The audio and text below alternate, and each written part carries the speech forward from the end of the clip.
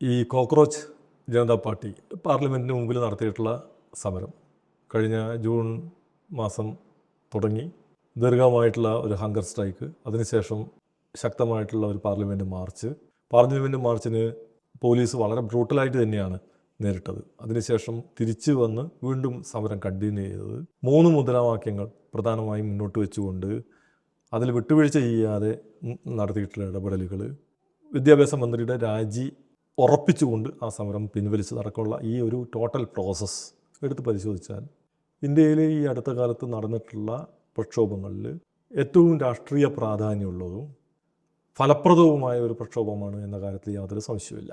എന്നാൽ ഈ പ്രക്ഷോഭത്തെ അതിനെ വേണ്ട രൂപത്തിൽ മനസ്സിലാക്കാനോ അത് ഇന്ത്യയിലെ രാഷ്ട്രീയ പ്രതിരോധം ശക്തിപ്പെടുത്തുന്ന രൂപത്തിൽ ഉപയോഗപ്പെടുത്താനോ പ്രധാന പ്രതിപക്ഷ കക്ഷികൾക്ക് കഴിഞ്ഞിട്ടുണ്ടോ എന്ന് പരിശോധിച്ചാൽ കഴിഞ്ഞിട്ടില്ല എന്ന് കൂടി നമ്മൾ വിലയിരുത്തേണ്ടി വരും. ഈ പ്രക്ഷോഭത്തിന് ശേഷം ഉണ്ടായി വന്നിട്ടുള്ള ഈ കൂട്ടായ്മ തുടരുമോ, അതൊരു രാഷ്ട്രീയ മൂവ്മെൻറ്റായി മാറുമോ തുടങ്ങിയ കാര്യങ്ങളിലൊന്നും ഇപ്പോഴും നമുക്ക് ക്ലാരിറ്റി വന്നിട്ടുമില്ല. അപ്പം ഇതാണ് വസ്തുതാപരമായ അവസ്ഥ.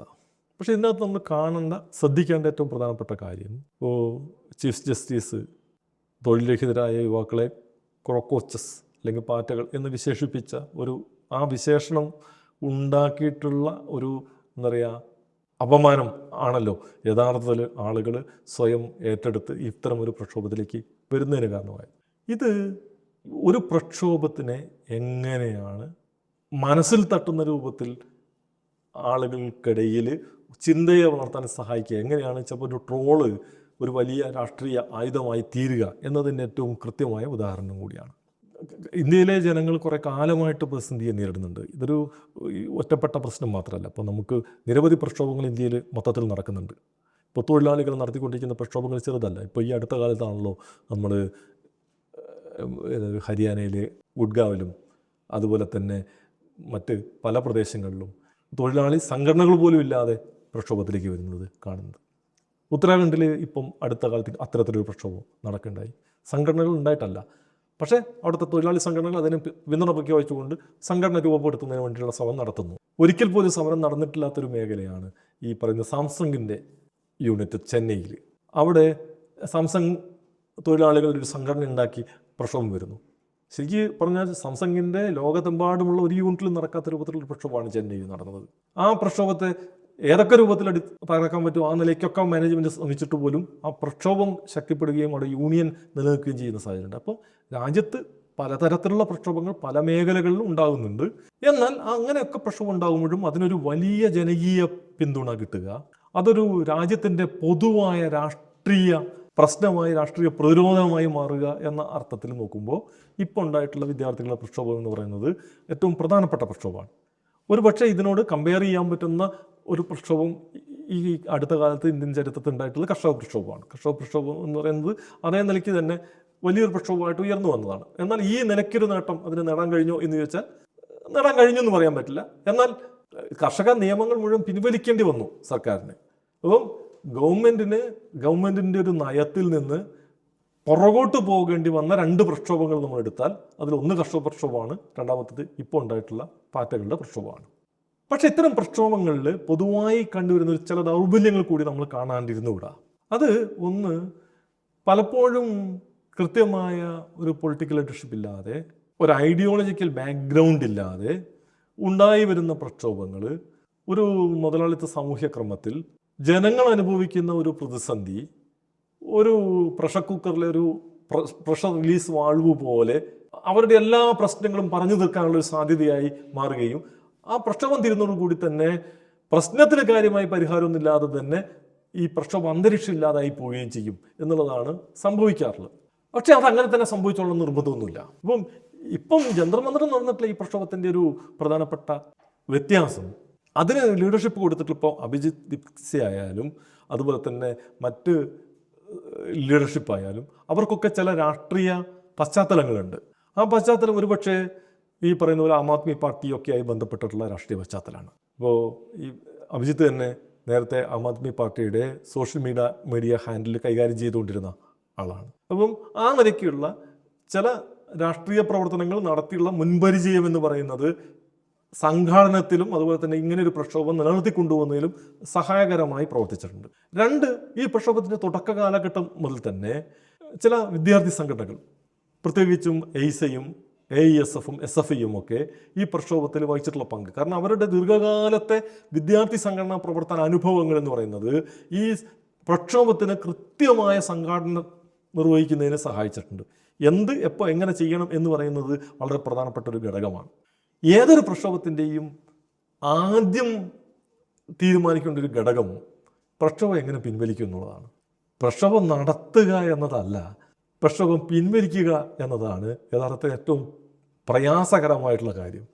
അപ്പോൾ നിങ്ങൾക്ക് ഒരു ഡിമാൻഡുണ്ട്, ആ ഡിമാൻഡ് മുന്നോട്ട് വെച്ച് നിങ്ങൾക്കൊരു പ്രക്ഷോഭം നടത്താം. ആ ഡിമാൻഡ് അങ്ങനെ തന്നെ അംഗീകരിച്ച് കിട്ടിക്കൊണ്ട് പ്രക്ഷോഭം അവസാനിപ്പിക്കാൻ കഴിയും എന്ന് വിചാരിച്ചുകൊണ്ട് ഒരു പ്രക്ഷോഭം തുടങ്ങാൻ കഴിയില്ല. പക്ഷേ നിങ്ങൾക്ക് എവിടെ വെച്ച് കോംപ്രമൈസ് ചെയ്യാം, എവിടെ വെച്ച് പ്രക്ഷോഭം നിർത്താൻ കഴിയും എന്നത് വളരെ പ്രധാനപ്പെട്ടത്, ഏതൊരു പ്രക്ഷോഭത്തിനും വളരെ പ്രധാനപ്പെട്ടതാണ്.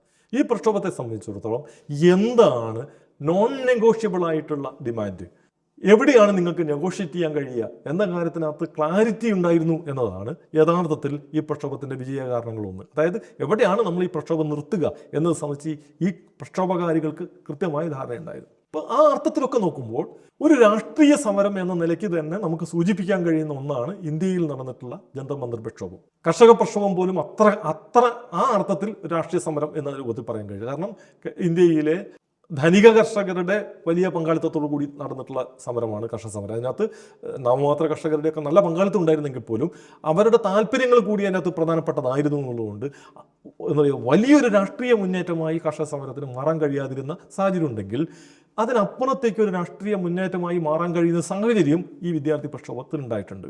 ഇതൊക്കെ ഘടകങ്ങളാണ്.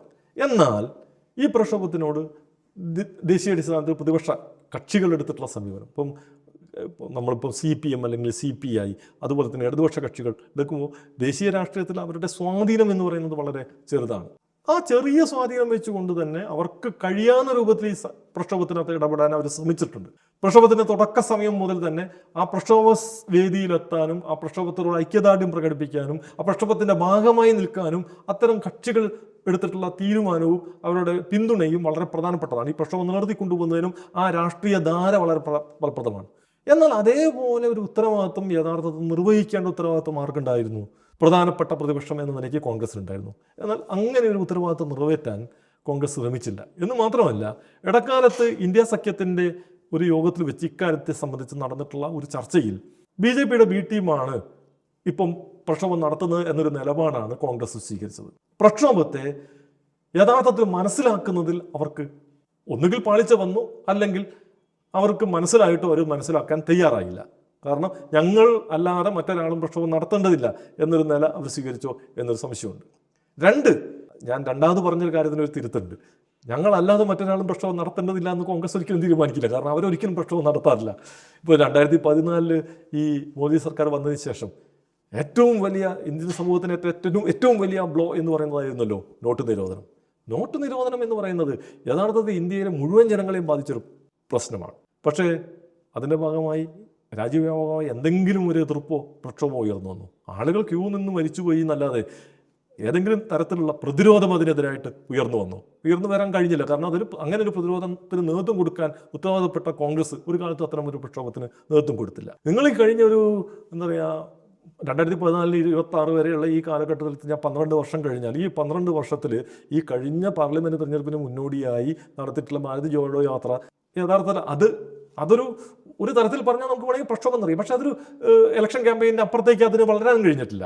ശരിയാണ്, കേരളം ഈ പറയുന്ന ഇന്ത്യയുടെ തെക്കേയറ്റം മുതൽ വടക്കേയറ്റം വരെ ഒരു യാത്ര പോവുക, ജനങ്ങളോട് സംവദിക്കുക എന്നത് തന്നെ വളരെ പ്രധാനപ്പെട്ടത് തന്നെയാണ്. ഒരു രാഷ്ട്രീയ നേതൃത്വം ചെയ്യേണ്ടത് തന്നെയാണ്. ആ അർത്ഥത്തിൽ രാഹുൽ ഗാന്ധി നടത്തിയിട്ടുള്ള ശ്രമത്തെ നമ്മൾ അഭിനന്ദിക്കുക തന്നെ ചെയ്യണം. പക്ഷെ അങ്ങനെ നടത്തുമ്പോൾ പോലും അതിനകത്ത് യോജിപ്പിക്കേണ്ട എല്ലാവരെയും യോജിപ്പിച്ച് സമൂഹത്തിൽ ജനങ്ങൾക്കുണ്ടാകുന്ന ജീവിത പ്രശ്നങ്ങൾ ഉയർത്തിപ്പിടിച്ചുകൊണ്ട് അതിന് തുടർച്ചയായ പ്രക്ഷോഭമാക്കി മാറ്റുക എന്ന് പറയുന്ന ഒരു ഉത്തരവാദിത്വം ഒരു പ്രതിപക്ഷ പാർട്ടി ചെയ്യേണ്ടതാണ്. പക്ഷെ അത്തരം ഒരു ഉത്തരവാദിത്വം ചെയ്തില്ല എന്ന് മാത്രമല്ല, തെരഞ്ഞെടുപ്പ് കഴിഞ്ഞതോടുകൂടി അത് തീർന്നു എന്ന നിലയ്ക്കാണ് അവരതിനെ കണ്ടത്. അതിനൊരു തുടർച്ചയായ ഒരു പ്രക്ഷോഭത്തിന് രൂപം കൊടുക്കാൻ ഒരിക്കലും കോൺഗ്രസ് തയ്യാറായിട്ടില്ല. ഇപ്പം ഈ ഉണ്ടായിട്ടുള്ള പ്രക്ഷോഭത്തിൽ പോലും കോൺഗ്രസ് ഈ പ്രക്ഷോഭത്തിൻ്റെ തുടക്കത്തിൽ അതിൻ്റെ ഭാഗമല്ലെങ്കിൽ അവർ പാരലായിട്ടൊരു പ്രക്ഷോഭം ചെയ്യണമല്ലോ, അതും അവർ ചെയ്തില്ല. പിന്നെ എന്തുണ്ടായത്? പ്രക്ഷോഭത്തിൻ്റെ അവസാന ഘട്ടത്തിൽ, പ്രക്ഷോഭം ഏറ്റവും ശക്തമായൊരു ഘട്ടത്തിൽ, ഇപ്പം ആദ്യം ജൂൺ മാസം 6-ാം തീയതി ഈ പറയുന്ന നമ്മുടെ അഭിജിത്ത് സംഘവും പാർലമെൻറ്റിലേക്കൊരു മാർച്ച് നടത്തിയിരുന്നു. ഏകദേശം 10,000-2000 കുട്ടികളാണ് അന്ന് പങ്കെടുത്തത്. ആ 2000 കുട്ടികൾ വന്ന് പ്രതീകാത്മകമായി നടത്തിപ്പോയ ഒരു പ്രക്ഷോഭം, അതിനെ കോൺഗ്രസ് അടക്കമുള്ള ഇന്ത്യയിലെ രാഷ്ട്രീയ കക്ഷികൾ വിലയിരുത്തിയത് കുട്ടികൾ തൽക്കാലം വന്നു പോയി എന്ന നിലയ്ക്ക് മാത്രമാണ്. ഇതൊരു ജനകീയ പ്രക്ഷോഭമായി മാറും. നാട്ടിലെ ജനങ്ങൾക്കിടയിൽ, വിദ്യാർത്ഥികൾക്കിടയിൽ, യുവാക്കൾക്കിടയിൽ ഇത്തരത്തിലുള്ളൊരു വലിയ അസംതൃപ്തി പുകയുന്നുണ്ട് എന്ന് മനസ്സിലാക്കി ഉപയോഗപ്പെടുത്താൻ പലപ്പോഴും രാഷ്ട്രീയ പ്രസ്ഥാനങ്ങൾക്ക് കഴിഞ്ഞില്ല. അത് ഫലപ്രദമായി ഉപയോഗപ്പെടുത്തിക്കൊണ്ടാണ്, അതുപോലെ തന്നെ വാങ്ചുക്കിൻ്റെ ഈ നിരാഹാര സമരം എന്ന് പറയുന്നതിൻ്റെ ധാർമ്മിക ബലവും കൂടി ഉപയോഗിച്ചുകൊണ്ട് ആ പ്രക്ഷോഭം വളരുന്നത്. അങ്ങനെ പ്രക്ഷോഭം വളരുമ്പോൾ ആ പ്രക്ഷോഭത്തിന് ഐക്യദാർഢ്യം പ്രകടിപ്പിക്കുന്നതിന് പകരം ആ പ്രക്ഷോഭത്തെ സംശയത്തോടു കൂടി കാണുകയും പ്രക്ഷോഭം ശക്തിപ്പെടുന്നൊരു ഘട്ടത്തിൽ പാരലായി മറ്റൊരു പ്രക്ഷോഭം മുഖം തുടക്കുകയുമാണ് യഥാർത്ഥത്തിൽ കോൺഗ്രസ് ചെയ്തത്.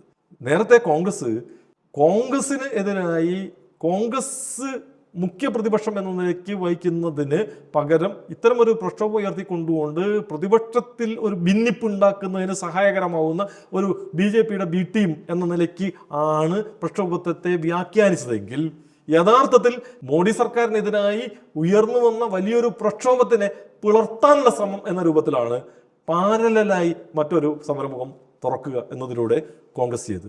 അങ്ങനെ പാരലായി സമരമുഖം തുറന്ന് ആ സമരം ഒറ്റ ദിവസത്തെ അറസ്റ്റ് കഴിഞ്ഞു, അതോടുകൂടി നിർത്തിവെച്ച് പിരിഞ്ഞു പോവുകയാണ് ചെയ്തത്. അല്ലാതെ ആ സമരത്തിന് തുടർച്ചയുണ്ടാക്കാനും കോൺഗ്രസിന് കഴിഞ്ഞില്ല. ഏത് രാഷ്ട്രീയ പാർട്ടി ഏത് പ്രക്ഷോഭം നടത്തുമ്പോഴും പ്രക്ഷോഭം എങ്ങനെയാണ് നടത്തേണ്ടത് എന്നത് സംബന്ധിച്ചിട്ടുള്ള കൃത്യമായ ഒരു തീരുമാനത്തിൻ്റെ അടിസ്ഥാനത്തിലാണ് പ്രക്ഷോഭം നടക്കുന്നത്. എല്ലാ രാഷ്ട്രീയ സമരങ്ങളും ബോധപൂർവമായ സാമൂഹ്യ ഇടപെടലാണ്, അല്ലാതെ കാഷ്വലായ ഇടപെടലല്ല. പക്ഷെ കോൺഗ്രസ് ഈ സമരത്തിൽ ശരിക്കും സ്വീകരിച്ചത് എന്താ? കോൺഗ്രസ് ലീഡർഷിപ്പിന് അറിയില്ല ഇങ്ങനെ ഒരു പ്രക്ഷോഭം നടത്താൻ പോകുന്നുണ്ടെന്ന്. കോൺഗ്രസ് ലീഡർഷിപ്പ് എന്ന് പറഞ്ഞാൽ രാഹുൽ ഗാന്ധി മാത്രമല്ലല്ലോ, ഇപ്പം മല്ലികാർജ്ജുന ഖാർഗെയാണല്ലോ അവരുടെ പ്രസിഡന്റ്. അദ്ദേഹത്തിന് പിറന്നാൾ ആഘോഷത്തിന് വേണ്ടി ആളെ വിളിച്ചു വരുത്തുന്നു. ശരി, നിങ്ങളല്ലെങ്കിൽ വാ, നമുക്ക് അവിടെ പോയിട്ടൊരു മുദ്രാവാക്യം വിളിച്ചു വരാം എന്ന് പറഞ്ഞിട്ട് അങ്ങോട്ടേക്ക് പോകുന്നു. അവിടെ ചെന്ന് അറസ്റ്റ് ഭരിക്കുന്നു. പരമാവധി നേരത്തെ ആളുകൾ പിരിഞ്ഞു പോകുന്നു. ഇപ്പം കേരള മുഖ്യമന്ത്രി ആ സമരത്തിൽ പങ്കെടുത്തത് നമ്മൾ കണ്ടതാണ്. അദ്ദേഹം എന്താ നടക്കുന്നതെന്ന് മനസ്സിലാവാതെ ഒരു മൂലയ്ക്ക് ഇരുന്നിട്ട്, ഇപ്പം ഇപ്പുറത്ത് പ്രിയങ്ക ഗാന്ധി മുദ്രാവാക്യം വിളിച്ചു കൊടുക്കുമ്പോൾ അദ്ദേഹം ചുണ്ടനക്കുന്ന പോലുമില്ല. സാധാരണഗതിയിൽ ഈ പറയുന്ന ഒരു പ്രക്ഷോഭത്തിൽ ചെന്ന് കഴിഞ്ഞാൽ പറയുന്ന മുദ്രാവാക്യം മനസ്സിലായിട്ടില്ലെങ്കിൽ പോലും അതിൻ്റെ ഒപ്പം ചുണ്ടണക്ക എന്നൊരു സ്വഭാവമെങ്കിലും നടത്തും. അതുപോലെ ചെയ്യുന്നില്ല. അതെ, കർണാടക മുഖ്യമന്ത്രി, അതെ, അതിൻ്റെ തൊട്ട് അടുത്തിരിക്കുന്ന ആള് മുദ്രാവാക്യം ഏറ്റു വിളിക്കുന്നില്ല. അപ്പോൾ ഈ നിലയ്ക്ക് യഥാർത്ഥത്തിൽ അവരെന്തിനാണ് അവിടെ പോയതെന്ന് അറിഞ്ഞുകൂടാത്ത ഒരു സംഘത്തെയും കൊണ്ടുപോയി ബഹളം ഉണ്ടാക്കി തിരിച്ചു പോരുകയാണ്.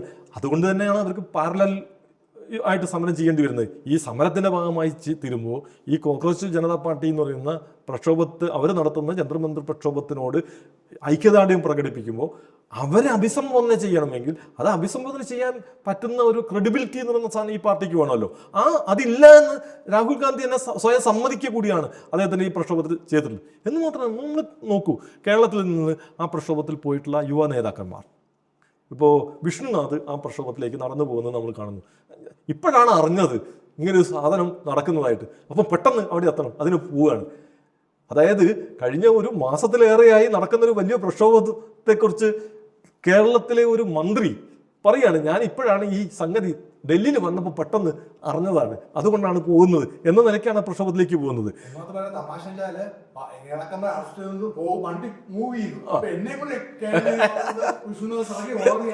അതെ, അപ്പം ഇത് മാത്രമല്ല, ഇപ്പം കേരളത്തിലെ ഈ പറയുന്ന പോലെ കോൺഗ്രസിന്റെ യുവമുഖം എന്ന് പറയുന്ന ഷാഫി പറമ്പിൽ, ഷാഫി പറമ്പിൽ എന്ന് പറഞ്ഞു കഴിഞ്ഞാൽ ഷാഫി പറമ്പിൽ യഥാർത്ഥത്തിൽ അയാളുടെ രാഷ്ട്രീയ പ്രവർത്തനം നടത്തുന്നത് സോഷ്യൽ മീഡിയയിലാണ്.